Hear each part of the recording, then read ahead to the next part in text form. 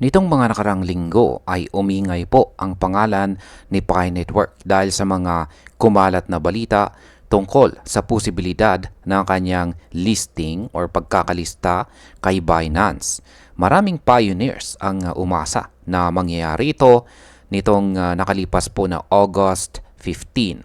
Pero natapos na po ang petsa or dumaan na ang petsang ito, wala pa ring naganap na opisyal na announcement.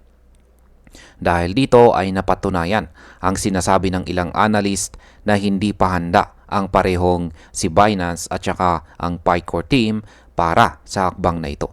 Kaya sa video na ito ay pag-uusapan po natin kung bakit hindi pa ganap ang listing at kung bakit sinasabi ng ilang eksperto na posibleng magsimulang tumaas ang presyo ni Pi Network sa pagtatapos ng August. Ayan, in short, ay sa end of August daw magsisimulang umangat ang presyo ni Pi Network. Kaya yan po ang siyang ating pag-uusapan sa video na ito, pero bago po tayo magpatuloy ay pakibasa na lamang po muna ang disclaimer dito po sa ibaba ng ating screen. At simulan po natin sa ating pinakaunang katanungan kung bakit hindi po natuloy ang Binance listing.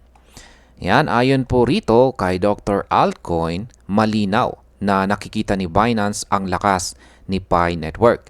May solid foundation itong si Pi, may mataas na potensyal at may isa sa pinakamalalaking communities sa buong crypto. Ngunit kahit gaano pa kalaki ang hype, ang Picore team ay mas pinipiling mag-ingat. Kanyang pinapanday muna ang blockchain, nagsasagawa ng stress test at inaayos ang roadmap bago tuluyang magbigay ng transparency sa lahat. Kaya ang impact po nito sa market ay maaring pansamantalang disappointment sa mga traders na nag-aabang ng mabilis na pump.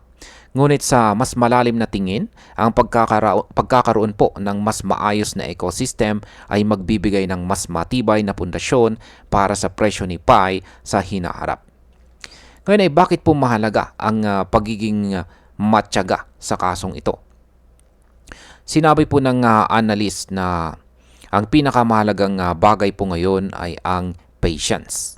Yan, patience po. Hindi dapat madaliin ang listing dahil mas makakabuti ang long-term stability at saka trust. Ang ginagawa po ni Pi ay parang paghahanda sa isang malaking laban. Imbis na sumabay sa hype, pinapalakas muna ang kanyang ecosystem para handa ito sa mas malaking hamon. Kaya ang epekto po nito ay maaring makapagpabagal sa mabilisang pagtaas ng presyo, pero sa kabilang banda ay makakapagbigay ito ng mas sustainable na pag-angat. Kapag nakita po ng investors na matibay ang ecosystem ni Pi, mas dadami ang tataya sa kanya.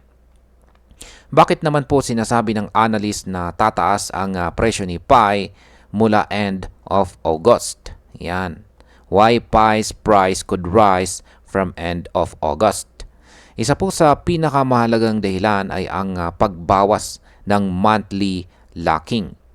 Bawat buwan ay may lumalabas po na supply ng Pi sa circulation at kapag bumaba ito ng 30%, mas mababawasan po ang selling pressure.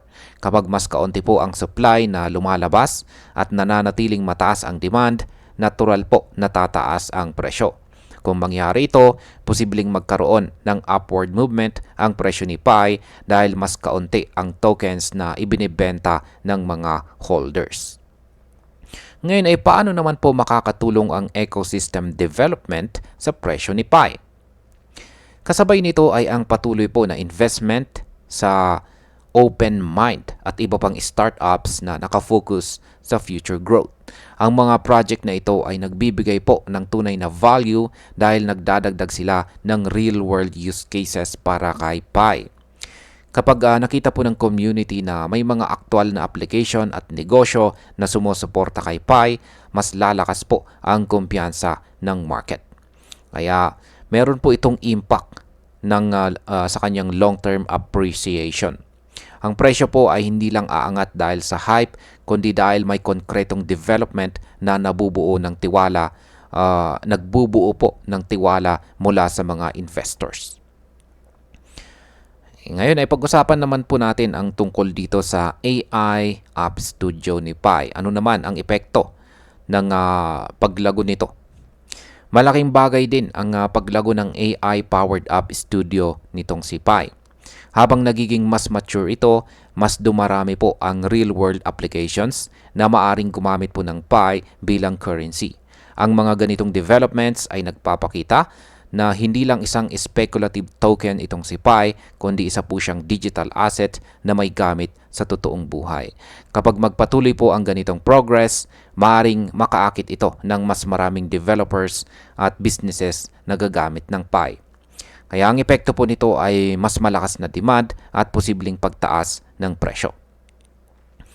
Ngayon ay dito naman po tayo sa tinatawag po na Soroban Protocol Update. Ano naman ang kahalagahan nito? Isa pang mahalagang bagay ay ang planong upgrade ng blockchain ni Pi upang isama ang Soroban Protocol. Ang Soroban ay isa po itong smart contract platform na gamit ng Stellar.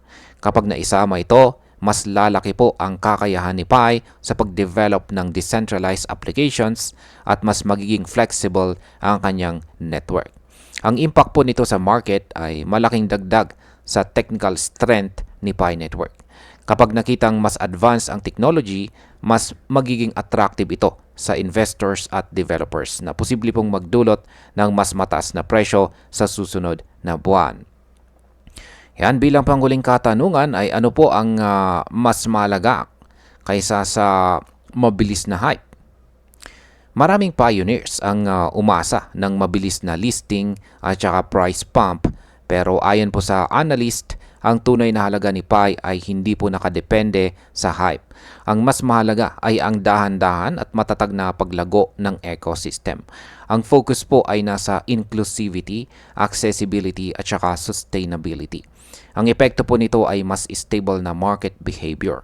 Imbis na magkaroon po ng malalaking pump and dump cycles, mas nagiging sustainable ang pag-angat ng presyo sa mga darating na buwan. At ayan, bilang panghuli, para po sa akin ay tama lang na maging maingat ang Pi-Core team. Kung ipipilit po ang listing ng hindi pa handa ang lahat, mas malaki po ang tsansa ng pagkakaroon ng problema sa presyo at tiwala ng community. Ang mabuting balita ay malinaw na may roadmap at tuloy-tuloy ang development ni Pi. Sa pagtatapos po ng buwan ng August, kung magkatotoo ang sinasabi ng analyst, ay makakakita po tayo ng mas malinaw na upward trend sa kanyang presyo. Ang mahalaga po ay manatiling matyaga at intindihin natin na ang tunay na halaga ni Pi ay nasa kanyang ecosystem at hindi lamang po sa kanyang hype na mabilisang listing. Yan, hindi lamang po sa hype ng mabilisang listing. Kaya yan, hanggang dito na lamang po tayo sa video na ito mga ka-crypto. Marami pong salamat sa panonood. Ingat po tayo lagi at God bless po sa ating lahat.